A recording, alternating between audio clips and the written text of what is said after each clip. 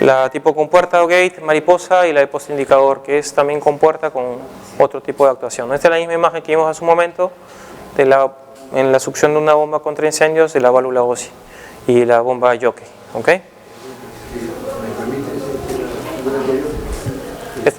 ¿Qué es las juntas flexibles en la succión de eso? ¿Las juntas flexibles? Realmente se escumbra o permite eso. Los acoples flexibles. En realidad lo que te pide el estándar es cuando tienes dos superficies. En la cisterna, si tienes dos placas, en el cuarto de bombas y cisterna, sí te pide que coloques por este movimiento. Es como cuando tienes un pase en una tubería, te pide que coloques un acople flexible antes y después, dentro de los 30 primeros centímetros. Pues por el movimiento, ¿no? Si la tubería está atravesando una estructura, tienes un pase, colocas acople flexible antes y después, ¿no? Para que no te restringe el movimiento y no se colapse la tubería. Y luego la bomba. Exacto. No necesito más que la junta habitable que tengo yo. Claro, así es. Ajá. Esta es la válvula que vimos, el postindicador que vimos en su momento. ¿Cómo se pronunciaba? Ya se fue el ingeniero que está. En cuanto a las tuberías, en cuanto a las tuberías, las juntas antisísmicas. Las juntas antisísmicas son otra historia. Las juntas, en este caso, te deben permitir el desplazamiento longitudinal, ¿no? En muchos casos he visto que ponen 50 acoples ahí juntitos. Ese es para que se estire, dicen. No tienen ese comportamiento, ¿no? Para eso tienen otro tipo de, o un arreglo de codos que te permiten hacer esto. O las juntas metálicas tipo Metraflex, tipo Ambil, que también te hacen hacer esto, ¿no? Pero no es, algunos le colocan ese tubo de abasto de lavatorio y dicen que se estira, no es su comportamiento. Lo que te va a permitir es, claro, si le pones un arreglo de codos, la idea es que sea en B, que te permita este desplazamiento, ¿no? Como tienes una junta de una separación, pues tienes que tener esto de acá, que te permita eso de ahí. Ese arreglo tiene que permitirte. ¿Ok? Si no, no sirve de mucho. ¿Pero hay algún cálculo que hay que hacer, el tamaño del codo, qué tipo de codo, si es un 45, 90? En realidad las inclinaciones y los grados sí está indicado en el estándar, en la 13. Todo está en el NFPA 13. Pero básicamente es ver cuánto necesitas que se desplace, ¿no? Normalmente ustedes, o los estructurales, los civiles, dejan una separación de la junta y dependiendo de la altura ya consideran ese desplazamiento, ¿no? Entonces la idea es que te permita ese mismo desplazamiento de las tuberías para que no haga un esfuerzo en la misma tubería y genere que colapse ese tramo, ¿no? ¿Ok? Sí. La válvula del diluvio.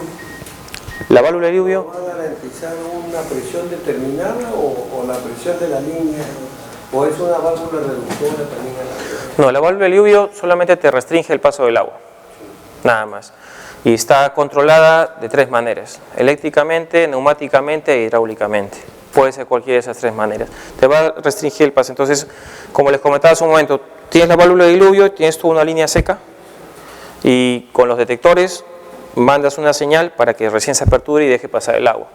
O tienes una línea piloto de rociadores, cuando se activa se despresuriza, ya sea con agua o con aire, hace que el bladder interior se aperture y deje pasar el agua, ¿no? De la línea 1 a una línea. Exacto. Una línea 1. Te restringe el paso del agua, nada más. Inmediatamente a la selección o al diseño de que está calculada esa. Sí, es correcto. Esta es la mariposa que les comentaba. También tiene un indicador de posición, que es esta pequeña pestaña amarilla. Si está paralelo a la tubería, está aperturado, ¿no? Y acá ya tiene un switch interior que está conectado a un módulo, ¿ok? La siamesa que ya la vimos hace un momento, las válvulas de retención. Acá hay una imagen de la válvula check y acá hay el tipo poste. Esta es la válvula de alarma que estaba hablando hace un momento, ¿sí? Esta es la cama de retardo y este es el gong o la campana que por ahí también estaban comentando otro ingeniero. Esto normalmente se utiliza, es como una estación de control, un riser, es una tubería vertical, ¿no? Tienes una línea que alimenta unos rociadores y en la tubería vertical, en el riser, le colocas esto. Esto también es una check, ¿no? Evita que se despresurice la línea de rociadores, ¿sí? Y se le ha adicionado un sensor de flujo, ¿sí? ¿Eso no automático? Claro, por acá, esto siempre está con agua, ¿no? Y cuando se activa un rociador, bueno, en este caso se activa el gong y también manda el sensor de flujo una señal al panel. 5 segundos. ¿Sí? Ok. Esta es la válvula alivio de recirculación para las bombas eléctricas. Esta es una estación de control con la válvula check que les comentaba. Cuando tienes una montante, un sistema combinado entre gabinetes y rociadores, pues acá tienes la derivación para la red de rociadores. Anterior a esto está la alimentación para los gabinetes, ya sea clase 2, clase 1. Y acá tienes la válvula check para que no se despresurice cuando uses la línea de gabinetes, no se despresurice la línea de rociadores, ¿no? Pasando la check, colocas el sensor de flujo y el manómetro. Y acá la salida de la línea de prueba y drenaje, ¿no? Esta es la válvula de prueba y drenaje con un visor. No está conectada. Acá todavía no, como el electricista no colocó que sea supervisado, no lo supervisaron. Debe estar supervisado, ¿no? A veces agarran, no, el proyecto no está, no lo coloco, ¿no? Y no quisieron monitorearlo. A veces también el proyecto, los paneles convencionales, por ejemplo, para los que manejan detección y alarma, creo que tuve una charla la semana pasada, los paneles convencionales no te dan la opción de supervisión, solo te dan la opción de alarma, entonces no te pueden supervisar esas válvulas. Y son los más baratos, ¿no? Ok, otra cosa importante es este manómetro que esté ubicado. Como tienes, acá vas a hacer una simulación de un ramal de rociadores abiertos, la idea es que te lea el manómetro. Algunos lo colocan por acá, ¿no? El manómetro. Entonces tiene que estar antes de la línea para que pueda verificarse la lectura cuando hay flujo de agua. ¿Ok? Este es un sensor. ¿Perdón? En algunos casos lleva reductora. Sí, cuando la presión supera los 175 psi para los rociadores debe tener una reductora de presión. Este es un sensor de flujo. Y esta es una reductora. Esta es la válvula de prueba. Este es otro tipo de válvula. Esta es una válvula de prueba compacta, por así decirlo, que ya viene con su visor y su orificio de prueba interior. Y esta es una válvula un poquito más económica. Tienes la válvula de bola, tienes la válvula que simula el orificio de descarga para probar el sensor de flujo, y tienes el visor acá con una pequeña cruceta de fierro negro. Ese es un sistema con una reductora de presión, justamente como estaban comentando, cuando tienes que separar líneas de rociadores. Cuando haces el cálculo hidráulico, si bien pruebas la presión en la zona más desfavorable, también tienes que analizar el resto de ambientes o el resto de partes del sistema. De repente tienes excesos de presión en las zonas más cercanas al equipo de bombeo y estarías incumpliendo el estándar, ¿no? Este es el esquema que vimos hace un momento. Sí, con la bomba contra incendios, el tanque y el riser. ¿Okay? Los ramales principales, acá vamos a ver unos esquemas de distribución de rociadores. ¿Okay? Por eso hablamos hay unos términos que sí es importante que se familiaricen, porque así es como se les conoce en el estándar. Entonces, cuando yo te hablo de un branch line, de un standby, ya sabes de qué se está hablando. ¿Okay? Sí. Creo que si alguien más falta firmar. ¿Alguien más falta firmar? ¿Todos han firmado? No vale firmar por otro. ¿Ya? ¿Sí? Ok. Todos completos entonces. Ok. Vamos a tomar asistencia a ver si. Ok. Las tuberías principales de alimentación, o las tuberías, los branch lines, las tuberías secundarias, los riser, que son las matrices principales de alimentación, y la tubería horizontal o vertical, que es el standpipe, ¿no? Tenemos estas configuraciones: sistema tipo árbol, tipo malla, tipo anillo y en circuito cerrado para la distribución de rociadores, ¿no? Estas son quizás las más comunes a veces y las más prácticas para instalar realmente, ¿no? Simplemente tienes una tubería y sacas sus ramales, ¿no? Esta es la configuración en malla o reticulado, que es bastante más eficiente hidráulicamente. Mientras más recorrido, mientras más caminos le des para llegar a un punto, le estás permitiendo que se mantenga mejor la presión, ¿no? Definitivamente. Claro, para calcularlo manualmente sí es muchísimo más complicado, ¿no? Con un software ya es prácticamente irremediablemente necesario.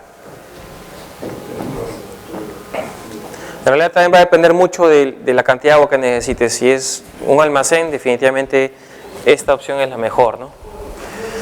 Si vamos a usar abiertos, así, una vez por ejemplo en un almacén de Lurín, de Telefónica, nos pidieron, ¿pueden simularlo? Lo verificamos hidráulicamente y salía como 1400 PSI para que ejen rociadores K25. Entonces está muchísima presión para que funcione. Digo, no tienes que unirlo. Bueno, ya está instalado hace 5 años. Ya un poco tarde, pues ya tuvieron que hacer una adecuación. Eso es un recomisionamiento del sistema, ¿no? Con la NFPA3. ¿Ok? Eso de repente para caudales menores, ¿no? Quizás. ¿Ok? No para almacenes. La NFPA3 también establece el máximo de rociadores de acuerdo al diámetro. Bueno, ese es el método tabulado, ¿no? Es que hay métodos de diseño. Si es por cálculo hidráulico o por método tabulado. Eso ya es otro tema un poquito más profundo para analizar y amerita el método tabulado una serie de restricciones que casi nadie las cumple. Pero igual, calculas y lo verificas con el tabulado, así que no te has excedido. Al revés, más bien. Normalmente con lo que primero que uno lanza el diámetro de los rociadores antes de calcularlo hidráulicamente es con el tabulado. Uno le da más o menos los diámetros según el tabulado y ahí lo calcula hidráulicamente para poder ajustarlo. Sí. En el tema de oficinas, hay una normativa que te exige colocar el sistema de rociadores, porque he visto oficinas en Chaco que te dicen que dejan el punto, ¿no? Ajá. Para que el propietario ya... Claro. Ajá. ¿Qué exigencia hay al respecto para que lo hagan? En realidad, si ya te dejaron el punto, lo que pasa es que tenemos el A130, tenemos un área y un número de pisos a partir de los cuales es obligatorio, ¿no? Que ya está especificado. Entonces, si supera esa área o ese número de niveles, ya debe llevar rociadores en todo el edificio. Entonces, lo que hace la constructora, la inmobiliaria, es te deja habilitado para que tú pongas tus rociadores, ¿no? Y ese es un tema más que todo contractual. De repente tú negocias, no, yo quiero mi oficina, pero con rociadores, ¿no? Ese es otro tema. Pero debe tener rociadores sí o sí, porque ya todo el edificio ya es obligatorio, es un conjunto. O sea, entonces iba a pedir. Sí, le va a pedir rociadores. Ok. Utilizan. Hay otro factor que también de repente sea importante recalcar, hablando de luminarias, a veces es el rociador, la separación de rociador, ¿sí? El circuito cerrado, ¿cómo se cerró el circuito cerrado? Ahí está, lo vamos a ver. No lo tengo acá, ¿no? Sí, se comió la diapositiva. Básicamente es con todo el anillo completo, no es como el de acá. Este reticulado sin el... con la malla completa, ¿no? Claro, o sea, acá tienes, por ejemplo, los ramales principales y los branch line que los unen. Pero acá si los unes con un anillo, no está con un anillo completo, se dan cuenta sin rociadores. Ese es un circuito cerrado. Así es. Lo que les comentaba, por ejemplo, a veces son las interferencias con el aire acondicionado que no lo toman en cuenta. En realidad, para distribuir los rociadores, sobre todo en oficinas, es muy importante considerar inclusive la planta del falso cielo, donde te figuran las luminarias, donde figura el aire acondicionado, las rejillas de ventilación y los demás elementos, porque a veces tú pones, ya tengo una pequeña oficina de 12 metros cuadrados, le pongo un rociador al medio. Llega el instalador y el medio ya está ocupado con la rejilla. Lo pones al costado, en la balosa del costado y está con el detector de humo. Lo pones al otro costado, está la luminaria, tienes que ponerlo pegado a la pared y ya no tiene la cobertura válida. Entonces, sí es necesario compatibilizar especialidades, ¿no? Ya te aumenta el número de rociadores y te aumenta o te puede cambiar las características del diseño. Otra consideración también es la descarga de la rejilla de ventilación, que puede enfriar el elemento térmico e impedir que se active el rociador. O tener de repente una luminaria muy potente que hace que se active el rociador. Entonces tienes una luminaria, tienes que pedir la potencia de la luminaria y verificar según esa potencia cuánto es el mínimo que te debe separar de esa luminaria para que no se active el rociador, ¿no? Por la temperatura de activación. ¿Ok?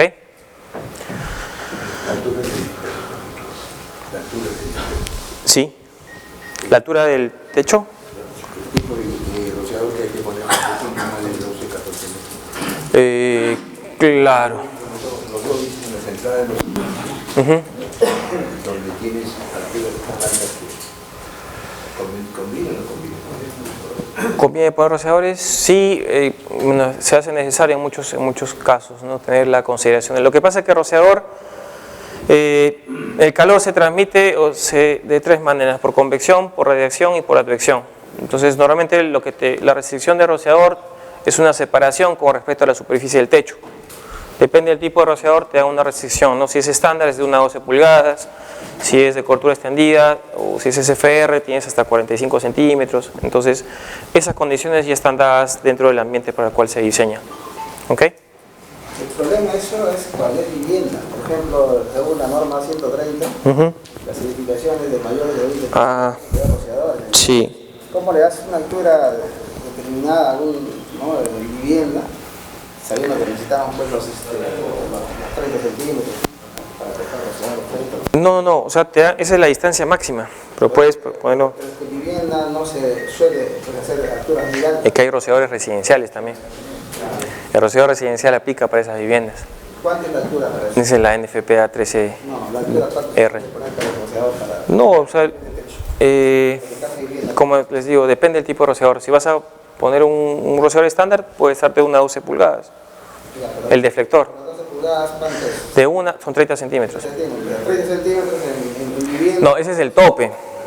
Puede estar de 1 a 12 pulgadas el deflector. Si tú colocas un rociador tipo pendant invertido, ya estás 2 pulgadas abajo del techo. Ya estás cumpliendo la norma.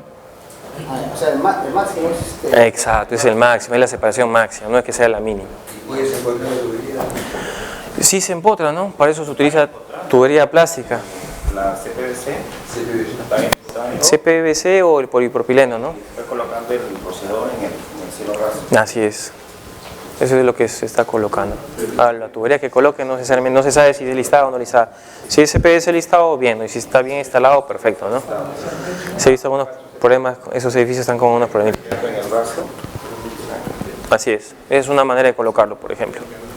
¿Ok? O si no, tiene unas para que hagan ejercicio ahí en sus colaboradores. ¿Ok? Tubería de acero. Pero sí, como dice el ingeniero, hay varios casos de tubería plástica que está empotrada, ¿no? Bien, ¿qué más?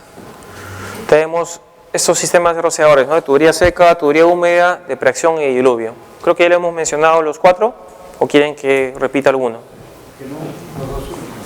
Los dos últimos, de preacción y diluvio. ¿Sí?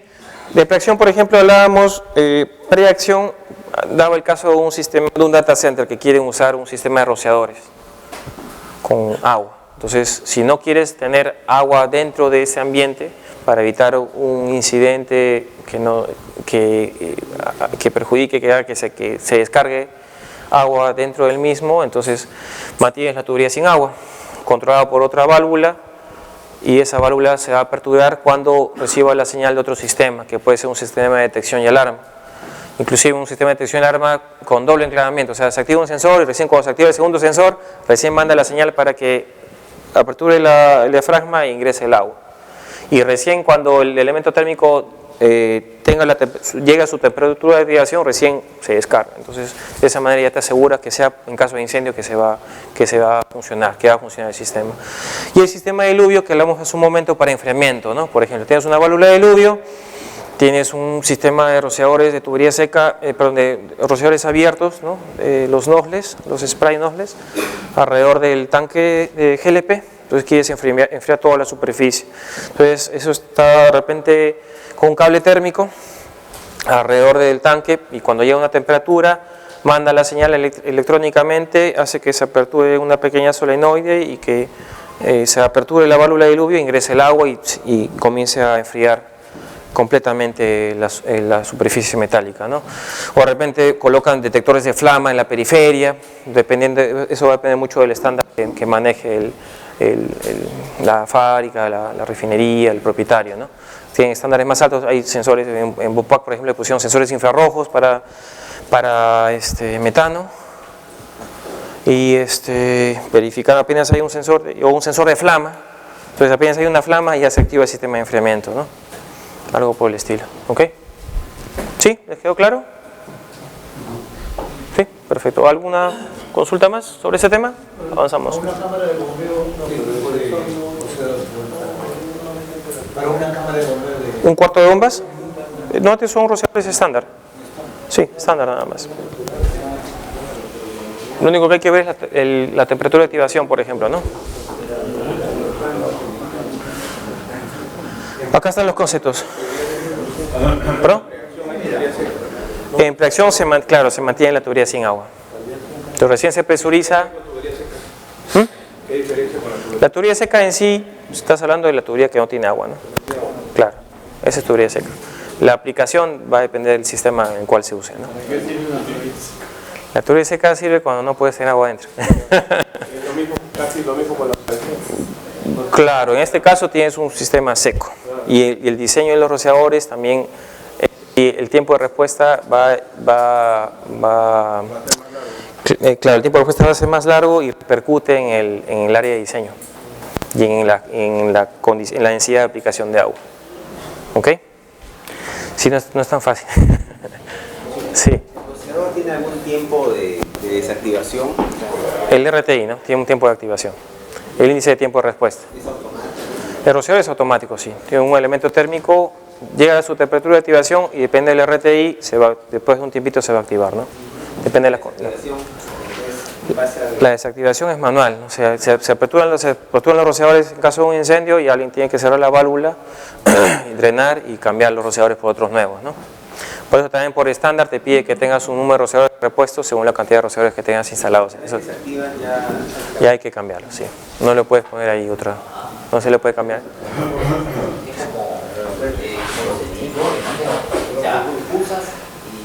Bueno, el extintor sí lo puedes recargar, ¿no? El extintor, pero el rociador no lo puedes cambiar el elemento térmico. Ya es un rociador nuevo prácticamente. Así es.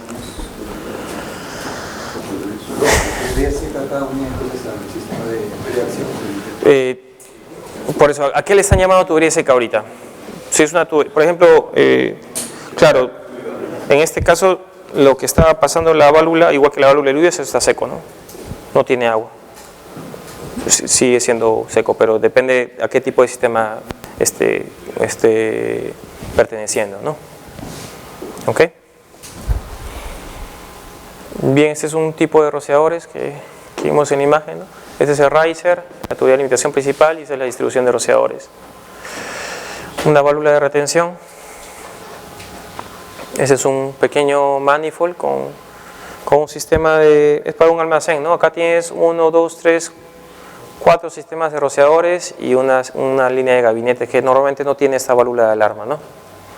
Si tiene válvula de alarma es para rociadores necesariamente. ¿Ok? Ahí lo pueden identificar. Luego tienen conectados todos un pressure switch, tienen una línea de inyección, tienen un monitor de corrosión y debe tener unas válvulas de alivio, ¿no? Todo este riser, como tienes tubería expuesta, tiene que tener una válvula de alivio. ¿Por qué? Porque en hora sol muchas veces la presión puede incrementarse a 300 o 500 psi y ya nadie abre una válvula a esa presión, nadie va a poner una válvula a esa presión. Luego va a comenzar a colapsar la red, va a reventar los rociadores, reventar los acoples y va a perjudicar el sistema. ¿Ok? Es necesario tener una válvula de alivio acá. Claro, acá también tienes, así como tenías en la estación de control horizontal una línea de prueba y drenaje, acá también en la parte de atrás tienes salidas para prueba, que es según el diámetro de ramal de rociadores que estás diseñando tu almacén. Se activa la válvula de alivio, empieza a salir. La válvula de alivio, sí, la descarga no es tanta tampoco, no es mucho la válvula de alivio, no es mucho la descarga, pero sí, la idea es considerar un sistema de drenaje para poder evacuarlo, ¿no? Depende de dónde esté ubicado. La tubería seca, ¿no? El sistema de rociadores que están conectados a una tubería que contienen aire o nitrógeno bajo presión, cuya liberación desde el comienzo con la apertura de un rociador permite que la presión de agua, esta es la válvula de tubería seca que estamos hablando hace un momento, ¿no? Como un sistema de fracción. Acá está la válvula que controla el flujo y recién cuando se activa, se despresuriza e ingresa el agua. ¿Ok? En Praxel también había cámaras con temperatura baja, entonces también se derivaban estas líneas de tubería seca para que no se congelen, ¿no? No se congele el agua que estaba adentro. Otra opción, por ejemplo, para ambientes muy fríos es echarle anticongelante, ¿no? Hace poco un amigo se fue a a la estación de Pillones, a una estación nueva de tren en Pillones, y quiso arrancar la bomba, ni pudo arrancar la bomba. Cuando pudo arrancar la bomba, abrió los hidrantes para hacer la prueba con el tubo pitot y no salía agua porque todo estaba congelado. Entonces, van a tener que echar una solución anticongelante.